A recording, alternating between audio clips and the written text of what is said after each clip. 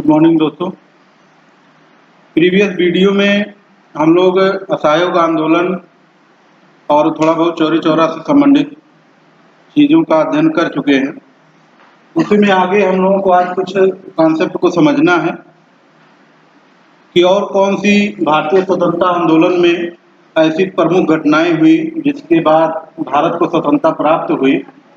तो जैसे पीछे हम लोगों ने जलियांवाला बाग हत्याकांड या रॉलेट एक्ट या फिर खिलाफत आंदोलन को पढ़ा, तो वो सब प्रयास जो थे स्वतंत्रता आंदोलन को कहीं न कहीं धीरे धीरे मजबूती प्रदान कर रहे थे।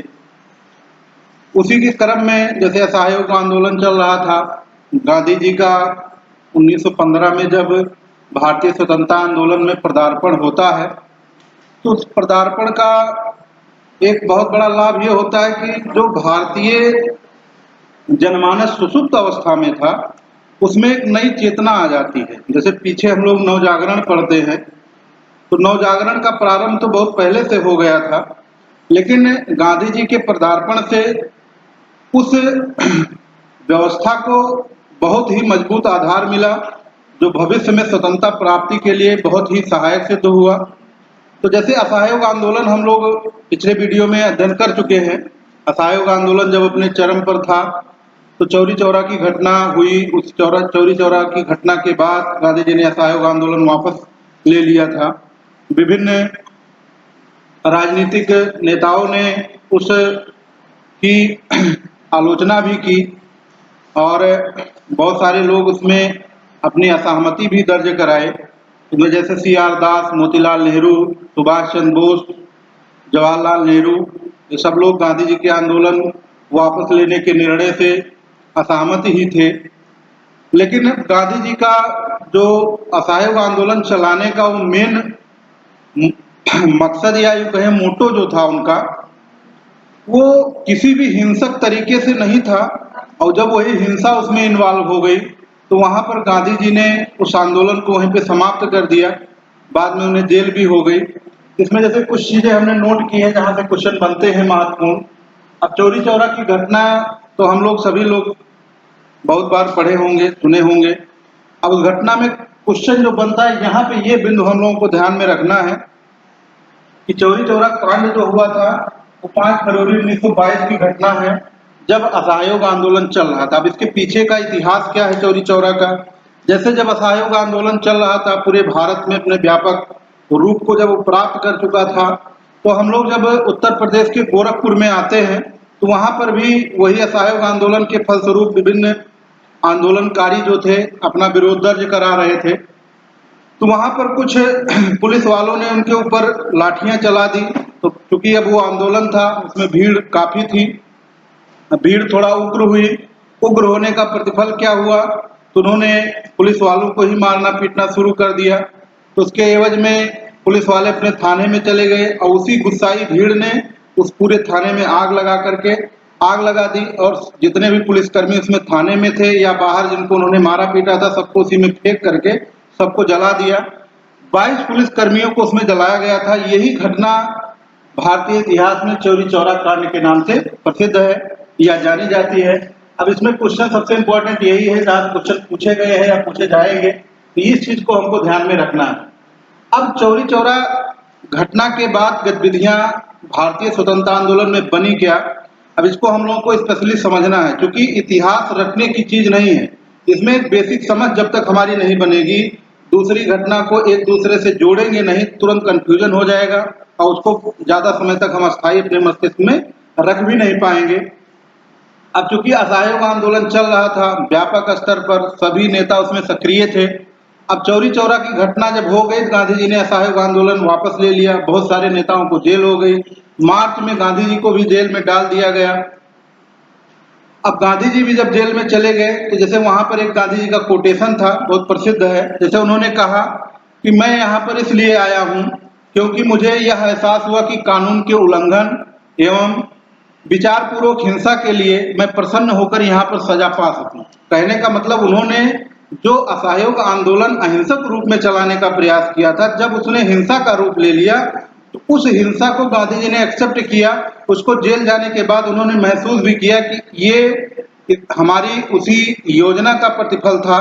इस प्रकार की बातें हुई और उसको उन्होंने कहा कि एक सच्चे नागरिक का यह कर्तव्य बनता है कि उस प्रकार के कृत्य अगर होते तो उसकी सजा वो भुगते। फिलहाल गांधी जी को जब वहां जेल में डाल दिया गया तो भारत में आंदोलन की जो गतिविधियां थी वो थोड़ा मंद पड़ गई या यूं कहें सुस्त पड़ गई। तो उसके एवज में भी कुछ संगठन बने। अब उन संगठनों पर थोड़ा सा हमें ध्यान देना है। अब जैसे पीछे हम लोग पढ़ते हैं तो नरम दल गरम दल को पढ़ते हैं। गरम दल जो था क्रांतिकारियों का दल था, उसमें लाल बाल पाल प्रसिद्ध ही है। तो जैसे उन क्रांतिकारियों ने भी अपने तरीके से स्वतंत्रता के लिए जो हिंसक तरीकों का इस्तेमाल करते थे, उसी में एक भारत में एचआरए का गठन किया गया है। इसको हम लोगों को स्पेशली ध्यान रखना है। Hindustan Republic association, Hindustan Republic association को ध्यान में रखना है। साथ में इसको एचआरए कहते हैं। इसकी स्थापना 1924 में हुई थी और इसके संस्थापक जो थे वो सचिंद्र नाथ सान्याल थे। इसको ध्यान में हमें रखना है। अब ये जो एचआरए संगठन था, ये क्रांतिकारियों का संगठन था। जैसे इसमें बहुत सारे लोग जितने भी क्रांतिकारी थे मैक्सिमम लोग इसी संगठन से ही अटैच थे। जैसे एक तरफ तो हम कह सकते हैं उदारवादियों का संगठन कांग्रेस जो था लगातार भारत को स्वतंत्रता दिलाने के लिए प्रयासरत था ही, लेकिन जब असहयोग आंदोलन वापस ले लिया गया तो ये जो उदारवादी विचारधारा की व्यवस्था कांग्रेस के माध्यम से भारतीय इतिहास में चल रही थी, तो वहां पे उस व्यवस्था में मान के लिए कुछ व्यवधान ये लोग महसूस करने लगे। तो उसी का प्रतिफल था सचिंद्रनाथ सान्याल के प्रयासों से एचआरए का गठन किया गया। अब एचआरए का जब गठन किया गया तो इसकी सबसे पहली घटना जो होती है वो काकोरी कांड। इसको हमें ध्यान में रखना है, कहाँ घटित हुई, कब घटित हुई, अभी इसका इतिहास हम लोग समझेंगे। सबसे पहले यहाँ पे ये ध्यान रखना है 9 अगस्त 1925 की घटना है जो भारतीय इतिहास में काकोरी कांड के नाम से प्रसिद्ध है।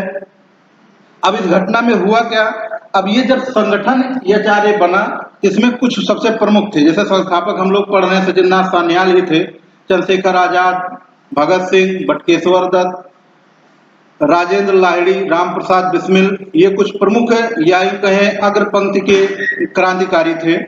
तिन्होंने एक योजना बनाई। चूंकि कोई भी संगठन तभी तक चल सकता है जब वो उसकी आर्थिक मजबूती स्ट्रांग रहेगी, या यूं कहिए कि कोई संगठन तब तक आगे गति नहीं कर पाएगा जब तक उसकी आर्थिक स्थिति मजबूत नहीं होगी। जैसे पीछे में हम लोग भारतीय राष्ट्रीय कांग्रेस भी पढ़ रहे थे, तो जब उसकी 1885 में स्थापना हुई तो बाद में उसमें चंदा लेकर के उस संगठन को मजबूती प्रदान की गई और बाद में विभिन्न लोग उसमें जोड़े गए या स्वतः अपने आप जुड़े। उनको उसके महत्व के बारे में बताया गया कि संगठन का उद्देश्य क्या है। तो उसी प्रकार से ये क्रांतिकारियों का जो संगठन था इसमें भी अब कुछ आर्थिक समस्याएं आई तो इन लोगों ने योजना बनाई कि क्यों ना सरकारी खजानों को ही लूट लिया जाए। तो उसी खजाने को लूटने की योजना का प्रतिफल था कि अपने यहाँ उत्तर प्रदेश में जब हम लोग जाते हैं तो लखनऊ से सहारनपुर के लिए एक पैसेंजर ट्रेन जा रही थी। तो उसमें योजना बनी कि इसको रास्ते में ही कहीं पर चैनिंग के माध्यम से रोक लिया जाएगा और जो भी सरकारी खजाना उसमें होगा उसको लूट लिया जाएगा। तो जो योजना थी वो योजना का प्रतिफल भी सार्थक रहा और 9 अगस्त 1925 को इसको लखनऊ से जब हम लोग आगे बढ़ते हैं तो काकोरी नामक एक स्थान है, वहीं पर चैनिंग के माध्यम से ट्रेन रोकी गई और रोकने के बाद उसमें जो भी सरकारी खजाना था उन क्रांतिकारियों ने उसको लूट लिया। वही घटना भारतीय इतिहास में काकोरी कांड के नाम से मशहूर है। अब स्पेशली हमको यहाँ पर डेट ध्यान रखना, क्वेश्चन यहीं से पूछा जाता है। अब काकोरी कांड की जब घटना हुई इसमें विभिन्न क्रांतिकारियों को गिरफ्तार किया गया। बाद में स्थितियां यहाँ तक बनती हैं कि ये जो एचआरए संगठन था इस संगठन को ही समाप्त कर दिया अंग्रेजों ने। अभी 1928 में फिर हम लोग पढ़ते हैं तो इस संगठन का एक विस्तृत रूप हम लोगों को मिलता है। इसमें एक शब्द और जुड़ जाता है, एसआरए उसको कहा जाता है, हिंदुस्तान सोशलिस्ट रिपब्लिक एसोसिएशन। 1928 में उसकी स्थापना होती है। उसके संस्थापक होते हैं भगत सिंह। तो वो तो मान लीजिए बाद की घटनाएं थी, लेकिन इस काकोरी कांड ने अंग्रेजी हुकूमत को भी हिला दिया और इस घटना के परिणाम के बाद जिस प्रकार का कृत्य ब्रिटिशों ने भारतीय क्रांतिकारियों के साथ किया, वो घटना ने भारतीय क्रांतिकारियों को भी कहीं न कहीं थोड़े समय के लिए शिथिल बना दिया। तो ये इतनी महत्वपूर्ण गतिविधियां थी काकोरी कांड की। अब काकोरी कांड की एक क्रांतिकारियों की घटना थी। अब दूसरे एवज में चलते हैं, क्योंकि गांधी जी को अब जेल हो गई है। अब जेल होने के बाद भारत में फिर एक स्वराज दल का गठन होता है, या स्वराज पार्टी कहा जाता है। अब इसको हमें ध्यान में रखना, मार्च 1923 में इसका गठन किया गया, और इसके संस्थापक जो थे वो देशबंधु चित्तरंजन दास थे, और दूसरे संस्थापक थे मोतीलाल नेहरू।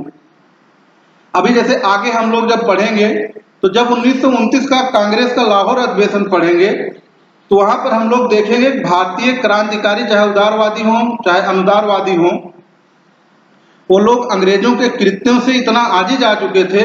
वहां पर उन लोगों ने एक प्रकार से कहा जाए कि साइकोलॉजिकल प्रेशर बनाने के लिए कि अब हम लोग पूर्ण रूप से 26 जनवरी को स्वतंत्रता दिवस के रूप में मनाएंगे, भले वो हमको स्वतंत्रता नहीं दे रहे हैं, लेकिन उसके पहले तक जब जो मांग होती थी वो भारत में हमेशा डोमिनियन स्टेट की मांग रही, क्योंकि भारतीय उदारवादी नेताओं का यह मानना था कि अंग्रेज अपना शासन करते रहे, कुछ न कुछ क्षेत्र या कुछ न कुछ महत्वपूर्ण पद हम लोगों को भी दे दे, जिससे हम लोगों का योगदान हमारे देश में कुछ न कुछ होता रहे।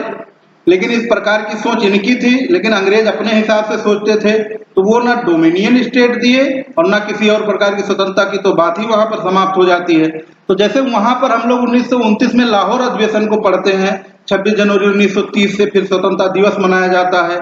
यही रीजन है कि हमारे यहाँ का जो गणतंत्र दिवस है, क्योंकि अभी संविधान जैसे हम लोग पढ़ते हैं, संविधान हमारा 26 नवंबर 1949 को ही बनकर तैयार हो गया था, लेकिन उसको उसी 26 जनवरी की तिथि को ऐतिहासिक तिथि थी, और उस ऐतिहासिक तिथि को भविष्य में भी याद रखा जाए, इसीलिए हमारे संविधान को 26 जनवरी 1950 को लागू किया गया। तो वहां पर पूर्ण स्वराज की मांग थी, लेकिन उसका बीजारोपण जो कहा जाए, या यूं कहिए उसके लिए प्रयास की जो पृष्ठभूमि थी, वो यही स्वराज पार्टी से ही शुरू होती है, और इन लोगों का छोटा छोटा प्रयास था, जिसके बाद फिर भारत को भविष्य में स्वतंत्रता मिलने में सहायता मिली। यहाँ स्वराज दल में या स्वराज पार्टी में हमको स्पेशली 2-3 बिंदु यही ध्यान में रखने हैं कि मार्च 1923 में इसकी स्थापना हुई थी। इसके संस्थापक जो थे देशबंधु चित्तरंजन दास और मोतीलाल नेहरू को हम लोगों को ध्यान में रखना है। अच्छा, इसके और उद्देश्यों की बात करें, अब जैसे स्वराज शब्द को ही शाब्दिक रूप में अगर हम लोग देखें, तो स्वराज का मतलब ही होता है कि अपना शासन, स्वयं का शासन। या जैसे पीछे हम लोग धार्मिक सुधार आंदोलन को जब पढ़ रहे थे, तो उसमें भी हम लोगों ने देखा था कि जो भी धार्मिक सुधार आंदोलन के जैसे दयानंद सरस्वती वगैरह थे, उन लोगों की मेन मंशा यही थी कि जैसे उन्होंने यहाँ तक कहा कि बुरा से बुरा स्वदेशी शासन, अच्छे से अच्छे विदेशी शासन से अच्छा है। तो जो इस प्रकार के वक्तव्य थे, उन्हीं का प्रतिफल था कि यहाँ इस पार्टी का गठन किया गया। अब जैसे इसके उद्देश्यों को देखें, क्या उद्देश्य था इसका। जैसे पहला उद्देश्य यही था कि भारत को स्वराज्य के तहत अपने शासन के अंतर्गत लाना है। दूसरा उद्देश्य था, जैसे उस समय विधान परिषद होती थी, तो विधान परिषद में इस पार्टी के माध्यम से प्रवेश किया जाए, एक संगठन बनाया जाए, उसके माध्यम से उसमें प्रवेश किया जाए, और हम लोग असहयोग आंदोलन को जैसे सफल बनाने का प्रयास किया गया, उसको और सफल बनाने का प्रयास किया जाए। सरकार की जो भी भारतीयों के खिलाफ नीतियां हैं, उन नीतियों का विरोध किया जाए और उसमें बाधा उत्पन्न की जाए, जिससे उनके कार्य सुचारू रूप से जब वो नहीं चल पाएगा, तो स्वाभाविक है वो अपनी नीतियों में कुछ न कुछ परिवर्तन करने के लिए विवश होंगे। इसके तहत इन उद्देश्यों को प्राप्त करने के लिए बहुत सारे कार्यक्रमों की भी रूपरेखा तैयार की गई। तो ये इतनी महत्वपूर्ण बातें थी, इन चीजों को हम लोगों को ध्यान में रखना है।